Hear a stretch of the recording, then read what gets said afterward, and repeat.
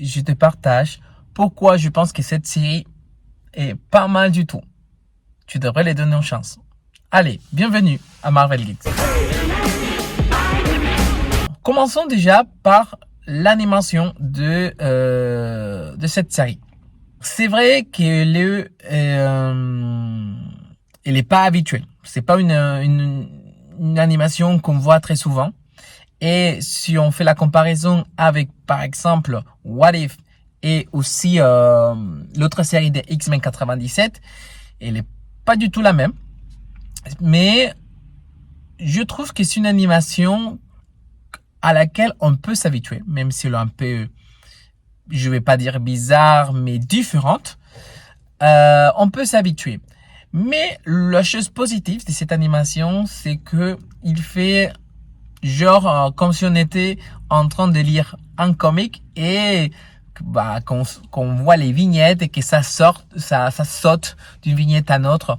Donc je trouve que cette animation, elle est plutôt sympa dans ses côtés. Après, on peut s'habituer à voir ces genres d'animation, ces 2 épisodes. Je pense que la semaine prochaine, quand ils sortiront les 3 prochains épisodes, on sera déjà habitué à regarder ces genres d'animation. Alors c'est déjà ça. Je pense que ça peut freiner quelques personnes, mais au final, on s'habitue. Aussi, je trouve que cette série, elle est située dans un autre univers. Il faut pas considérer cette série comme si c'était une série dans le MCU. Ça n'a rien à voir. Il va y avoir certains moments où on va penser que c'est dans le MCU, mais c'est seulement certaines situations qu'ils ont mis dans la série pour un peu, faire plaisir aux fans de Marvel. Du coup, on voit déjà un Peter Parker qui va commencer son lycée. Et il n'a pas les pouvoirs encore. Apparemment, il va obtenir ses pouvoirs après la mort de Oncle Ben. Et du coup, habite avec sa tante May. Tante May un peu caractérisée, un peu comme les MCU, pas une tante May un peu plus âgée, mais voilà, un peu plus dans la quarantaine, on peut dire. Et il va obtenir ses pouvoirs grâce à une araignée qui arrive dans un combat de Doctor Strange avec un espèce de araignée symbiote. Je sais pas si c'est un symbiote ou une autre chose, je sais pas, une bête avec lesquelles Doctor Strange il se va. Mais la question c'est que là, il va arriver cette araignée, il va piquer Peter Parker pour après lui donner ses pouvoirs. Dans l'avenir, dans la série, dans le prochain épisode, est-ce qu'on verra si c'est une araignée symbiote? Du coup, peut-être il aura le symbiote ou pas. Ou simplement c'est une araignée d'un autre univers qui est tombée et voilà. Bon, on le verra dans l'avenir. Donc c'est ça, on voit, c'est pas le début classique des Spider-Man où il obtient ses pouvoirs et après grâce à Oncle Ben, à la mort d'Oncle Ben, il décide de faire quelque chose de bon avec ses pouvoirs. Donc on voit plutôt un début genre MCU. Voilà. Le personnage de Spider-Man je trouve que c'est un bon mélange entre celui de Tobey Maguire et celui de Tom Holland. Voilà, je pense que c'est un bon mélange. C'est le personnage de Peter Parker dans cette série.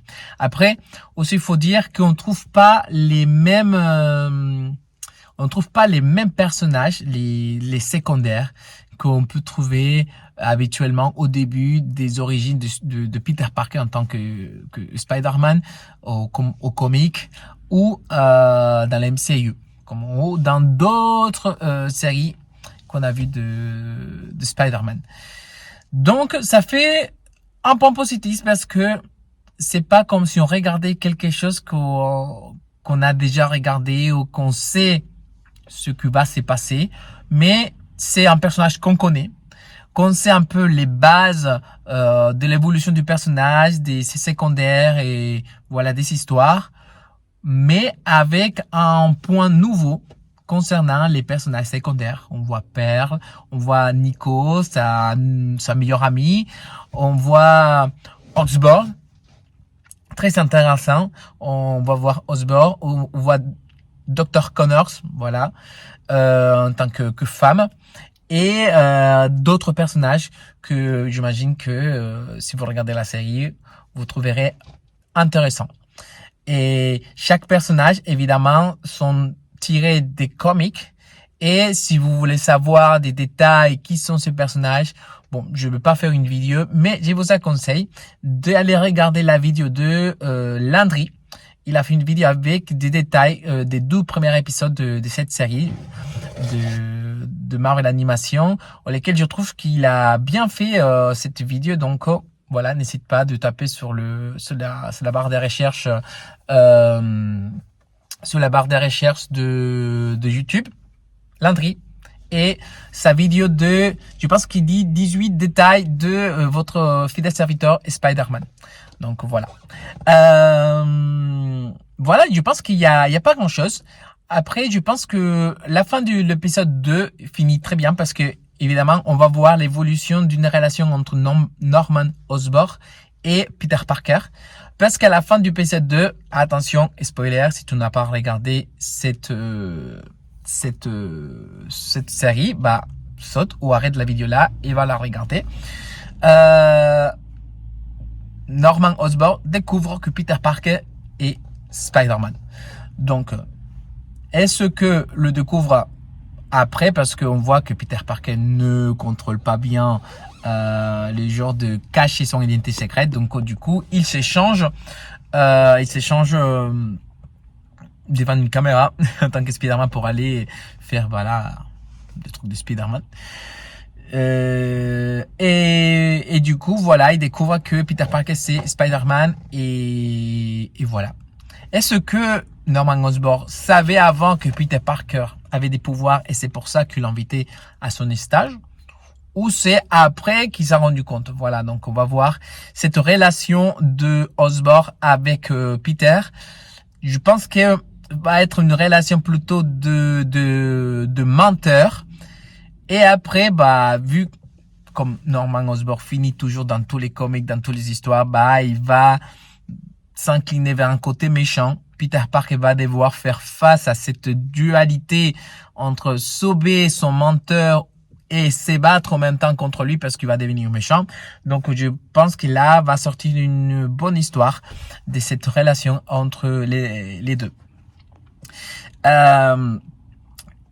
Après aussi, il faut savoir que on voit le début de Spider-Man, de Peter Parker avec ses pouvoirs.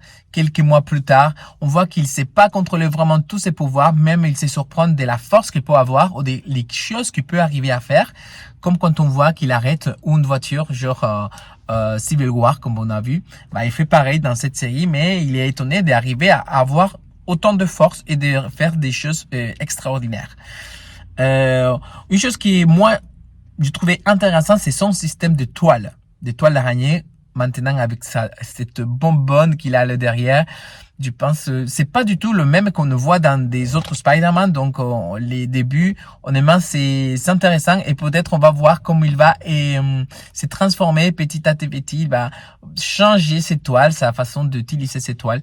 Et je pense que ça va être quelque chose plutôt sympa parce que on voit dans la série qu'il est intéressé de travailler dans la section robotique de les stages de Osborn.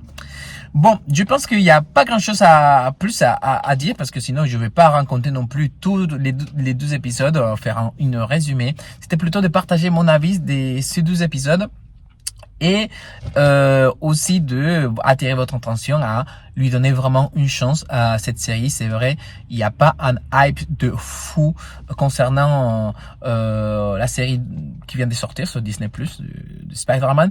Mais si vous lui donnez une chance, je pense que ça vous plaira, au moins pour passer le temps. Et si vous regardez la semaine prochaine les 3 épisodes qui vont sortir, là je pense qu'on va vraiment se faire un vrai avis de si cette série vaut le coup de la suivre ou pas. Et je serai là pour aussi vous partager mon avis. Si vous avez aimé cette vidéo, n'hésitez pas à vous abonner et aussi à partager dans la boîte de commentaires si vous avez déjà regardé la série et vos avis aussi sur les 2 premiers épisodes. Je vais vous lire et vous répondre. Allez, seulement, reste à vous dire, à bientôt les geeks. Bye.